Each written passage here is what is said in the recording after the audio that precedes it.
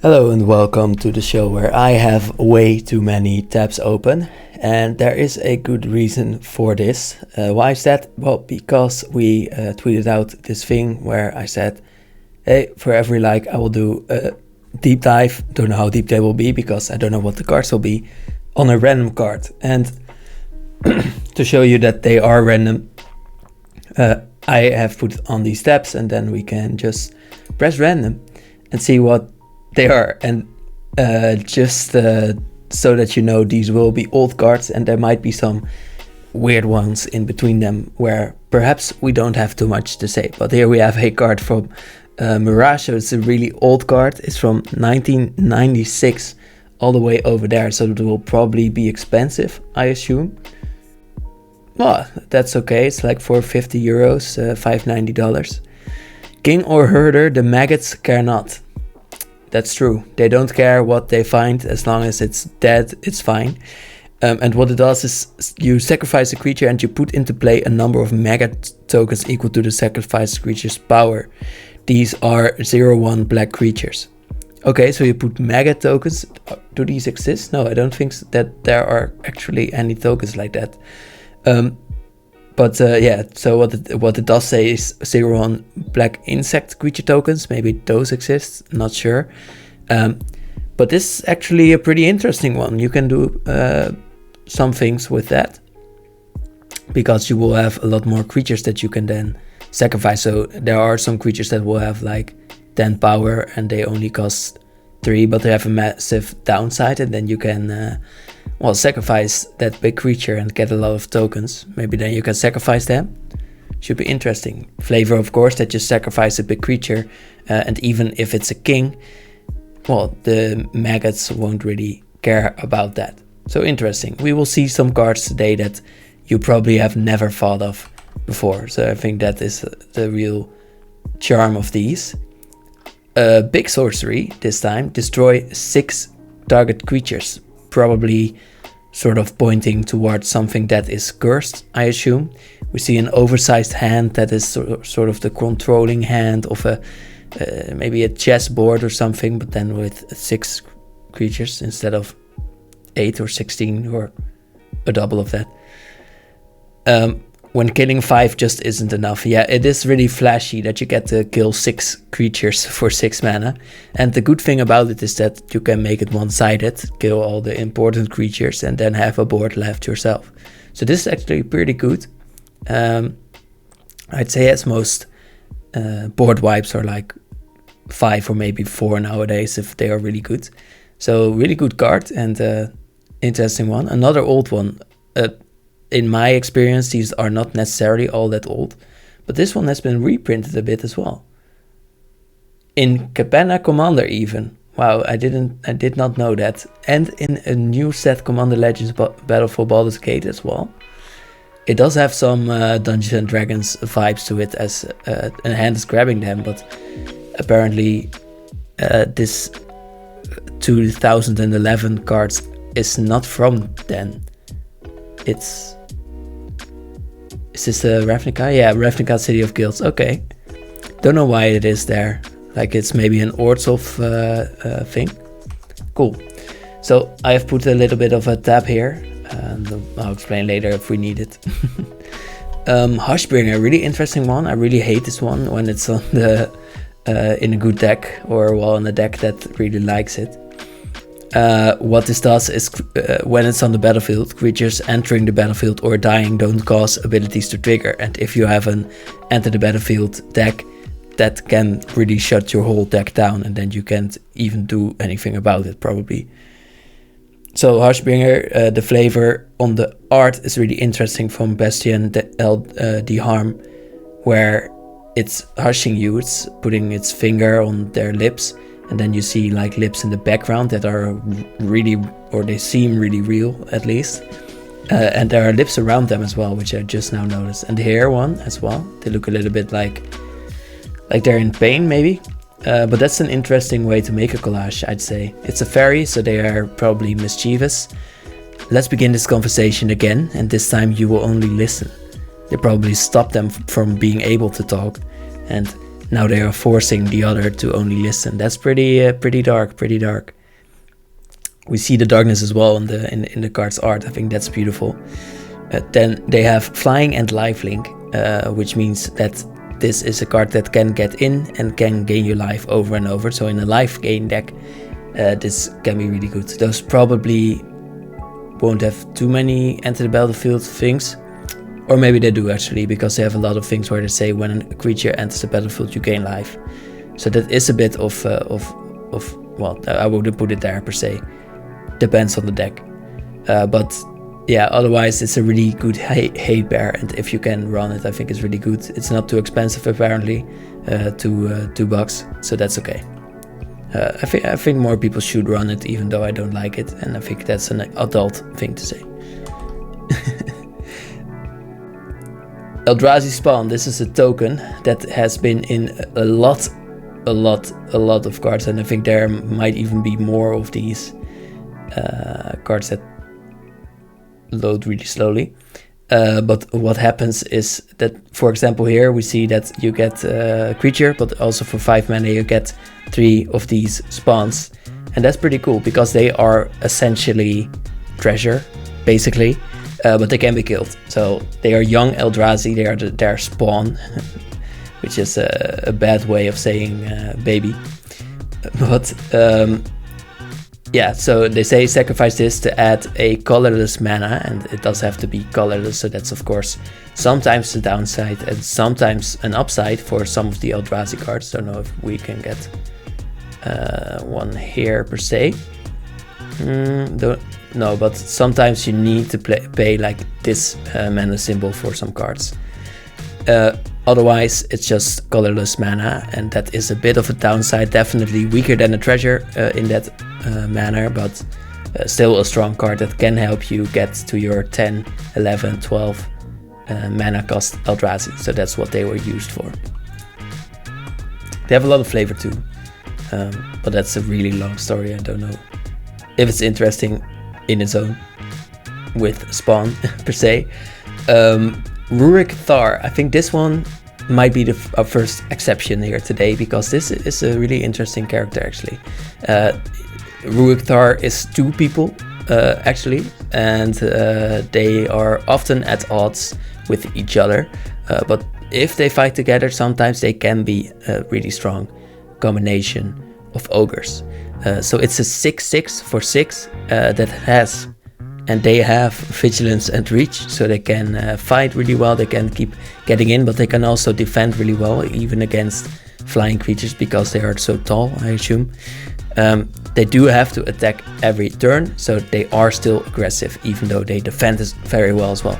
And I think actually this is a really good example of a Gruul card. So that is really interesting, because we did a deep dive on Gruul cards just a bit before, because I felt like it has been losing their identity, but this one that has been reprinted in 2022, as I see just now, is really interesting because it attacks, it wants to attack, it is good at attacking, and it defends really well. I think that is a combination of Gruul things that Gruul should do really well. They should be like wild and attacking as much as they can and fighting as much as they can.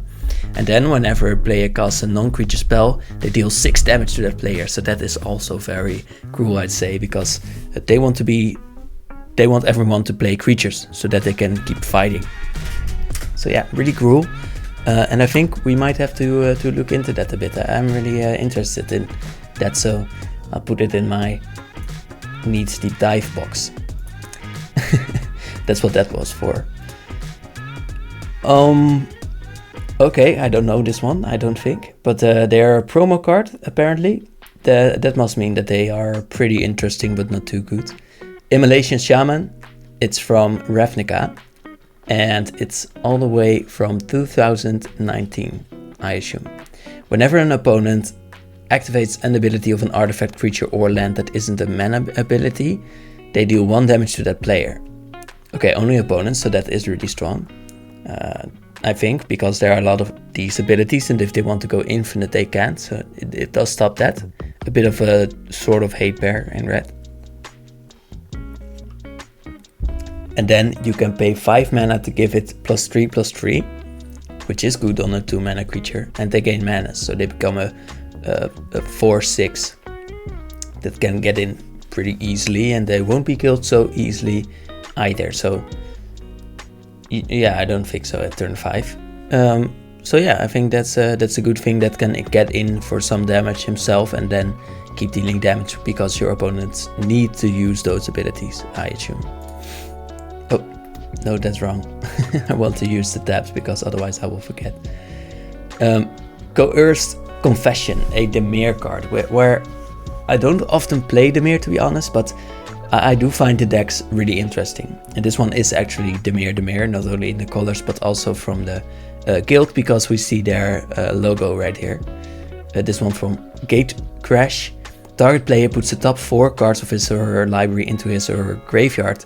You draw a card for each creature put into that graveyard this way. That's really cool. So 4 cards there, and then you draw a card for each creature. I think you will draw either 1 or 2. But you can draw 4, but probably not. Ask the right questions in the right way, and truth is inevitable. Maybe that sort of points towards well, knowing what is on top of your opponent's library. I don't know if that was a thing there back then, but the art mostly is really metal. We see a guy with the Dimir tattoo who holds a knife and has all this torture gear right here. We can, by the way, just go and look at it here. Then this guy has his mouth forced open, which is a bit weird, and he's holding this guy's neck back. I think we should stop looking at this art for a bit and move on. I don't know what they're doing. We move to Kamigawa Neon Dynasty, actually a really new set as well. So see, it's not all the old cards per se.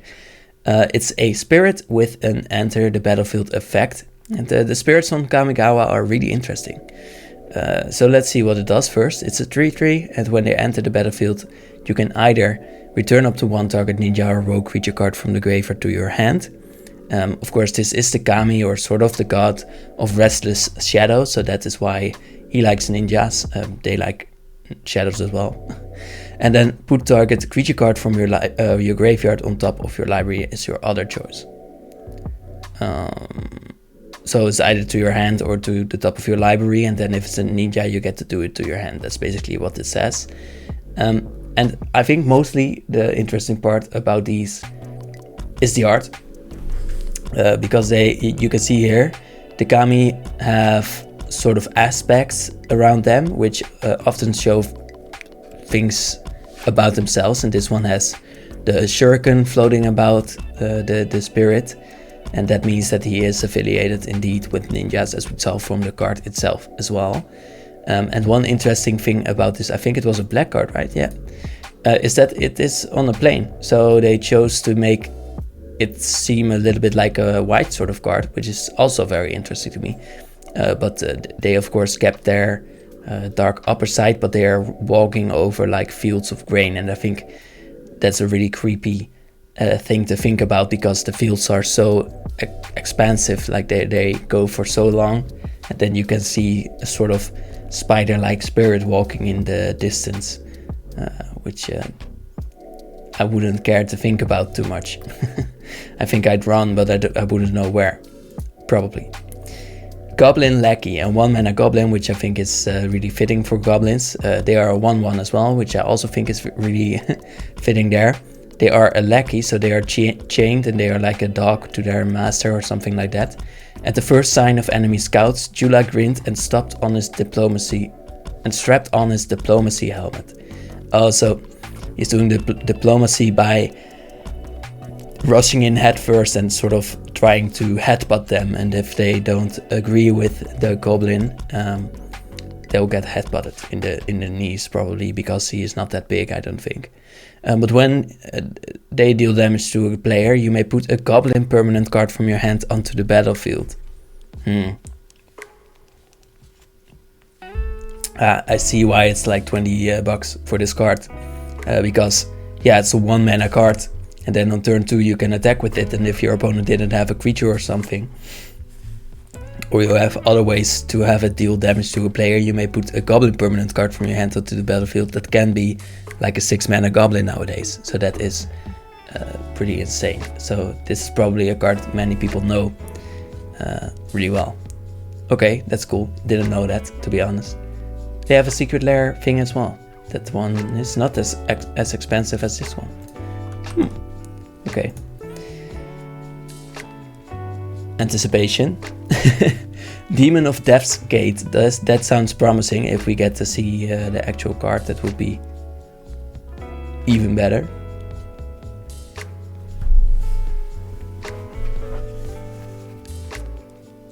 I'm now wondering whether everything is going okay with basic internet. Yeah, okay, just need to refresh that thing. Alright.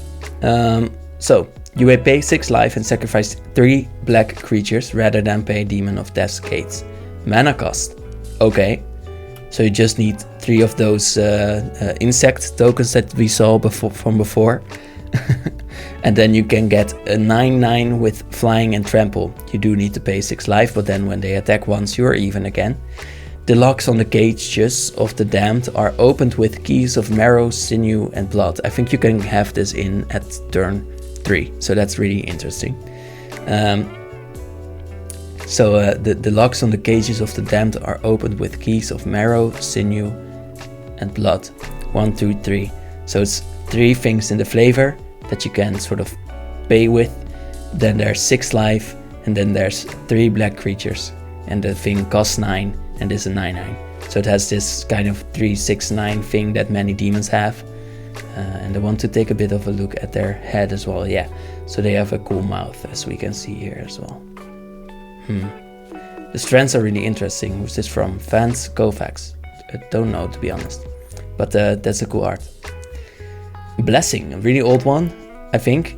2 mana to enchant a creature, and then for 1 mana you can sort of fire breathe them, but they also get toughness. That's pretty good.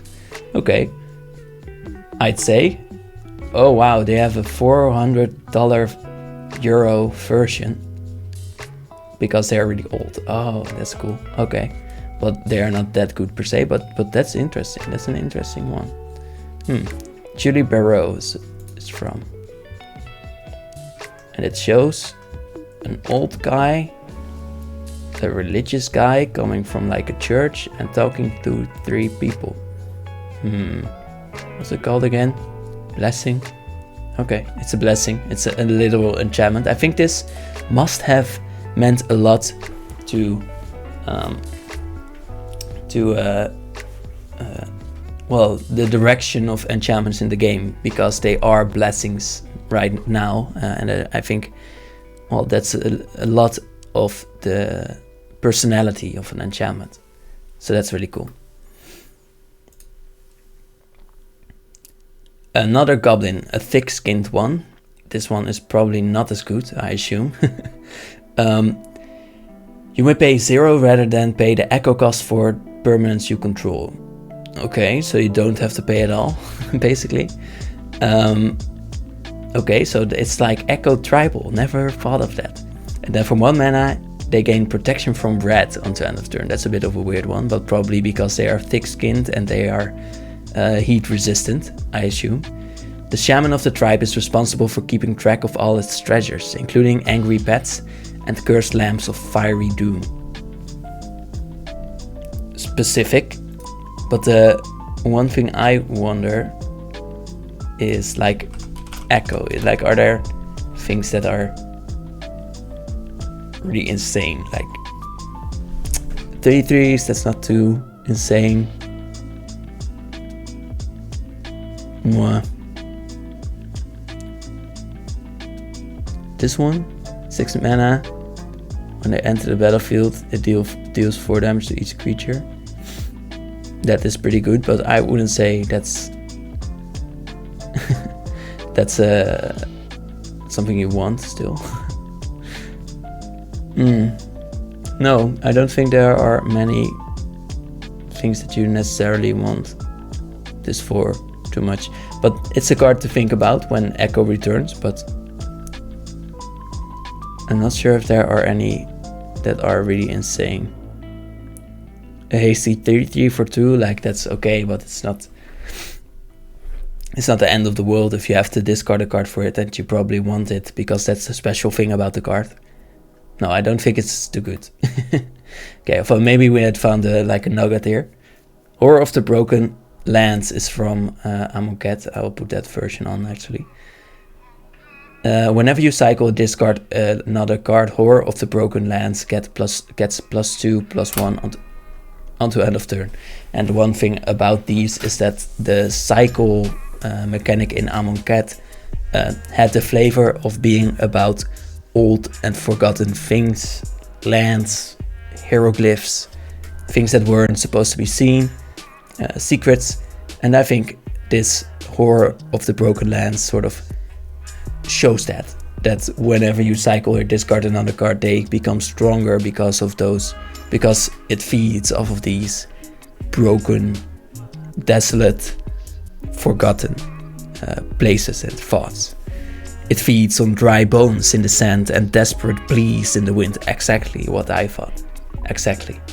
That's really really clean design, I'd say, and a little bit of a thing where you need to know a little bit about the cards and stop to look at cards like these. I haven't even seen this, and I have just done a deep dive on the card from Amonkhet. Like you won't see these kind of things always. Even I don't. Well, I spent time. We Fate, instant, draw 2 cards. Really simple, I'd say. 4 mana to draw 2 cards. It's from Tarkir, and it shows one of their Aven. From Temur, I assume. Tamiyas Shaman speak of 3 destinies: the now, the echo of the past, and the unwritten, which is the future, maybe. They find flickering paths among tangled possibilities. Well, that's impressive, but it just draw 2 cards. It isn't even scrying. I would say that this one should be scrying, flavor-wise. Oh, that's different flavor here. Destiny is a flickering path among tangled possibilities. That says about the same thing. Okay. See, some of these are longer, some of these aren't. Maybe if I knew more about Tarkir, I'd be able to go into that. Kashi Tribe Reaver. 4 mana from Kamigawa, a snake warrior, so Naga, and this one has legs, which the newer ones, the newer snake warriors don't have. When they deal common damage to a creature, tap that creature and it doesn't untap during its controller's next untap step. That is a blue ability right now. It's called Freezing, but this one sort of incapacitates, maybe because of its poison or something like that. And then it can be regenerated like a snake shedding its skin, probably. Something like that. Not sure about the Kashi tribe, but we could be going into that. Kashi tribe. Let's see. Oh, that's a real tribe. Is there information? No, probably not. Sorry. Incriminate from New Capenna, which I did see right away. I think because of the card frame and then because of the colors maybe first. But we see a devil, which is probably from a new planeswalker that has come there. Obnixilis, and then another person that seems Maestro-like, and this is a Maestro card, definitely. If I were you, I'd check that elf's coat. I saw him slipping something into his pocket just before you arrived. Crandall Freelance Instigator. Choose 2 target creatures controlled by the same player. That player sacrifices one of them. So they had a war, they had a fight between 2 people, and then one of them gets killed. Depending on who pays more for the freelancer, I'd assume. Freelance Instigator, by the way, is just an assassin, I think. So that is mostly the joke here. Spur Grappler, a small beast. What a guy! What a guy! Look at him.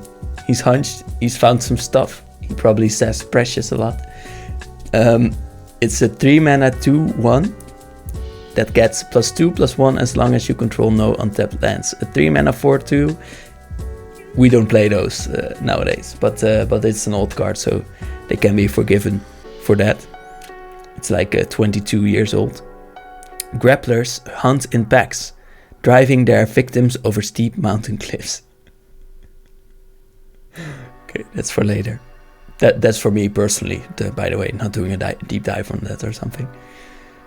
Lone Rider, a human knight, a 2 mana human knight, first strike and lifelink, and they can transform. Oh, that's interesting to me. First strike and lifelink on the 1/1 is not too impressive yet, so I think they will need to get something in their evolved form. Oh, I see what will happen at the beginning of the end step. It's from Eldritch Moon, from Innistrad with the Eldrazi tentacle monster. Emrakul. At the beginning of the end step, if you gained 3 or more life this turn, you may transform them. Horse and Rider are often of one mind, but until this morning I'd never seen them be of one body. Of course, they merged together as one Eldrazi horror. It that rides as one, and the other one is Lone Rider, but now they are not. Well, they are extra alone because they are one being now. First strike, trample, and lifelink. And they are 4/4. Okay, so this first one you want to kind of grow or give 2 more power to have it be able to transform, and then it becomes a really strong creature that can definitely get in, or you can choose to defend with it, and then you will gain life as well. So good one for the late game kind of lifelink decks. Maybe if there's a combo of some sorts that can help you in that. Ludofic's test subject is an egg. It's a lizard, actually. Okay. It's from Innistrad, of course, because of Ludovic, but also it says here. And it's just, that's how I found out, to be honest. But Ludovic is an important character that makes zombies mostly, so I hope they will be, lizard horror abomination, of course. It's like a wall. This egg is a wall. And then you may put a hatchling counter on it for 2 mana. Then if there are 5 or more of them, you may remove them and transform it into this abomination, which this is not an abomination. Ludovic didn't create like a weird zombie here. They just had an egg and he warmed it up with electricity and then it became a lizard. After several frustrating experiments, the visionary Ludovic realized he needed to create a monster that fed on torch-wielding mobs. That is useful on Innistrad. But interestingly, so it's 12 mana in total, but you can do this over a few turns, and then you get a 13/13 with trample. 13 of course being a curse number, but that is bigger than an Eldrazi. So they could have used this pretty well in against Emrakul. Oh, didn't want to download it per se, but there you go. I have it now on my PC. Bladed Bracers, also from Innistrad. That is interesting. Avasan restored, and we see the holy mark from Avasan. It's a weapon forged from the rubble of the Hell Vault. Oh, so it's made from demons and angels, which is fitting for the world. And then equipped creature gets +1/+1. Very impressive. And as long as equipped creature is a human or an angel, so if they're holy, not demonic, they have vigilance as well. +1/+1 and vigilance for 3 mana. It's already pretty okay, I'd say. But as an equipment, could have some upside. Probably I would never play it unless you have a vigilance tribal deck, which is possible, sort of. Fire Giant's Fury. Kaldheim, yes. So Kaldheim has 2 types of giants, which are the Fire Giants and then the Ice Giants. The Fire Giants are a bit more aggressive, and they come into the human lands sometimes as well. The Ice Giants just live on their mountain. And here we see one of the Fire Giants getting into one of these halls from the Kaldheim people. A target giant you control gets +2/+2 and trample. Whenever it deals combat damage to a player this turn, exile that many cards from the top of your library.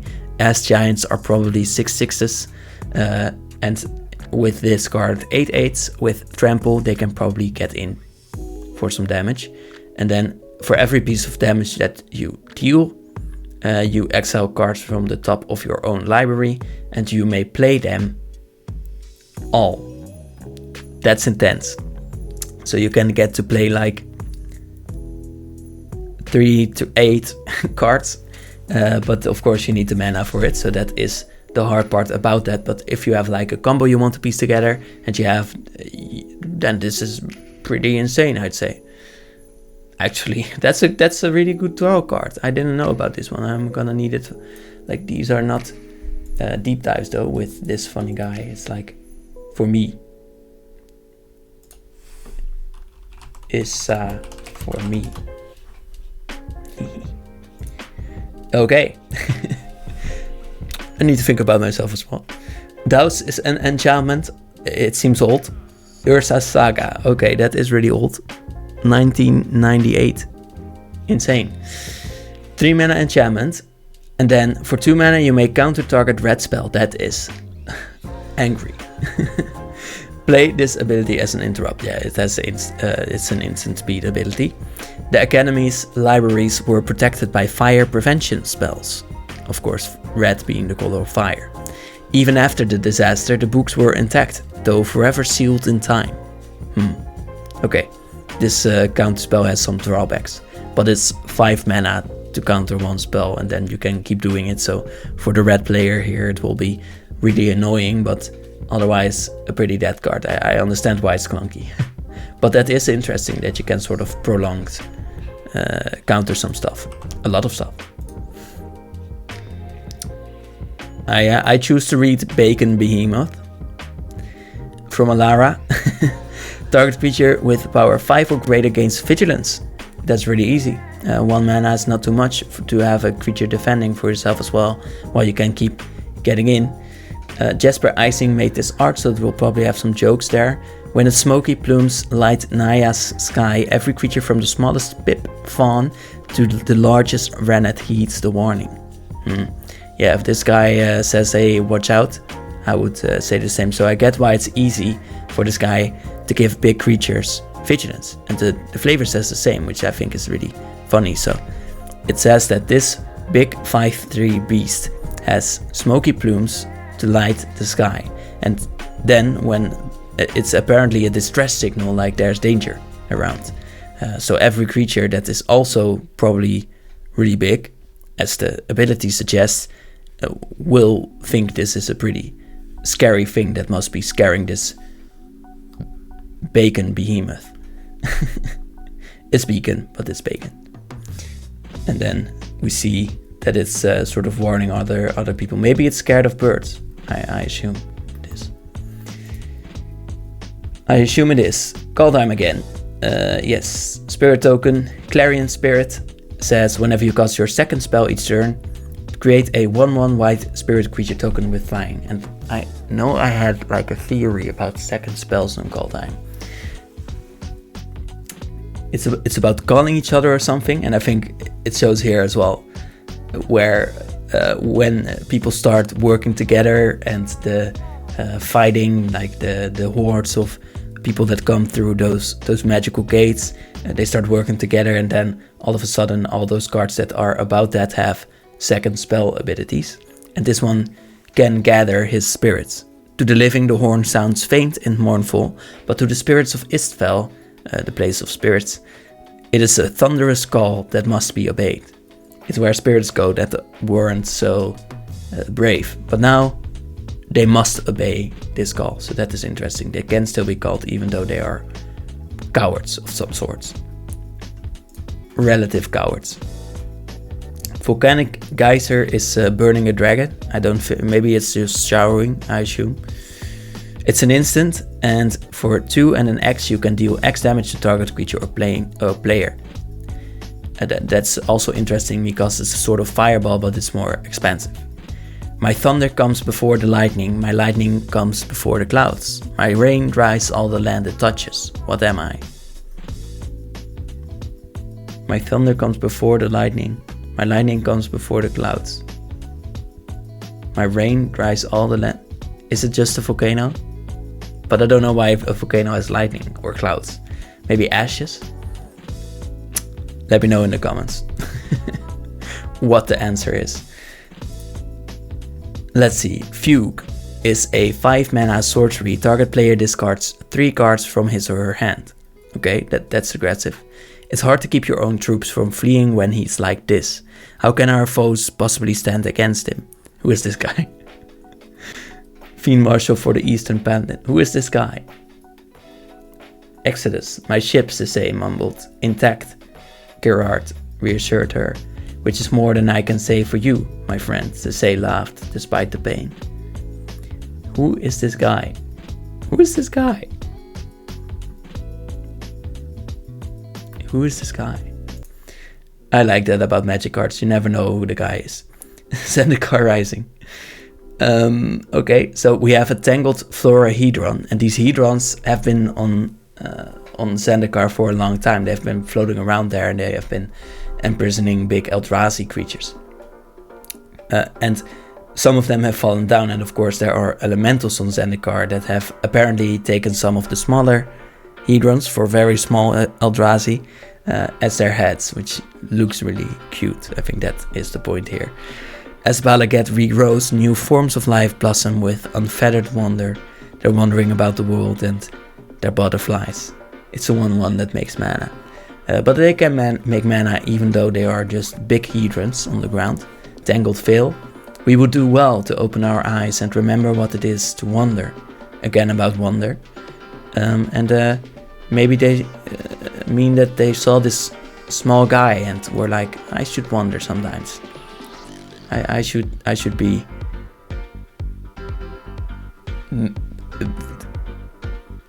blown back by these beautiful sights. From Randy Vargas, of course, the master of lands. Being the master of lands. Fresca Finisher is a card from their deck, I assume. No, just War of the Spark. So in War of the Spark, I think every Planeswalker had like a friend with them. And sometimes they had their name in there, and I don't know if that's always, but they brought them with them so that they can have some friends that work well with their abilities. So this one, a 3 mana 3/2, and when they enter the battlefield, destroy target creature or planeswalker an opponent controls that was dealt damage this turn. And Gorgons on Ravnica are really like the assassins there a little bit, and as they can be very aggressive and they can turn people to stone sometimes. You might have pleaded your case with my queen, Fresca, earlier. Now I am here and it is far too late. They will assassinate you. You are done for. You will be crushed between a rock and a hard place. That's what I meant to say, really. Tamiyas Journal is a 5 mana legendary artifact. I thought it could be like a... but it's an interesting one, at least. So they are from Shadows over Innistrad, so not too old, 2016. At the beginning of your upkeep, you investigate, so you put a clue onto the battlefield that costs 2 mana to sacrifice, and then you draw a card. So you can keep drawing cards, but it will cost you 2 mana every time. But you do also have some clues, and then you can sacrifice 3 clues by tapping Tamiyas Journal, which Jace is holding because he is finding clues from that journal from Tamio about the Eldrazi and stuff, probably. Yes. Entry 855, there's more to Avasan's madness. So he's learning about Avasan here, I think. Sacrifice 3 clues and then search your library for a card and put that card into your hand, then shuffle your library. Probably finding Avasan or like a planeswalker from there. That's a cool card. It would be cool if there were actually 855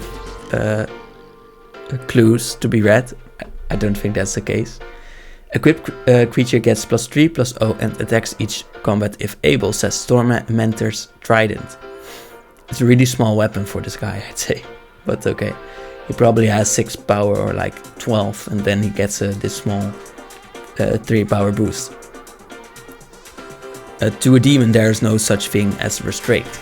Is this a demon? I don't think so. but the trident is probably from a demon, and it is sort of bringing their hatred over to this.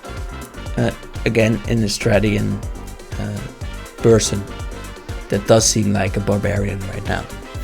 And that was the last one. So I will be, might be doing a deep dive on this, and otherwise you will see later on Twitter, because you're probably from there, what these are about. And if you're not from there, follow me there, because there will be more tweets like this, and you can do suggestions as well, as I have done actual deep dives on cards that people have suggested, because I thought that was really cool. Apart from that, have a nice day, and I hope you enjoyed this one as well. Bye.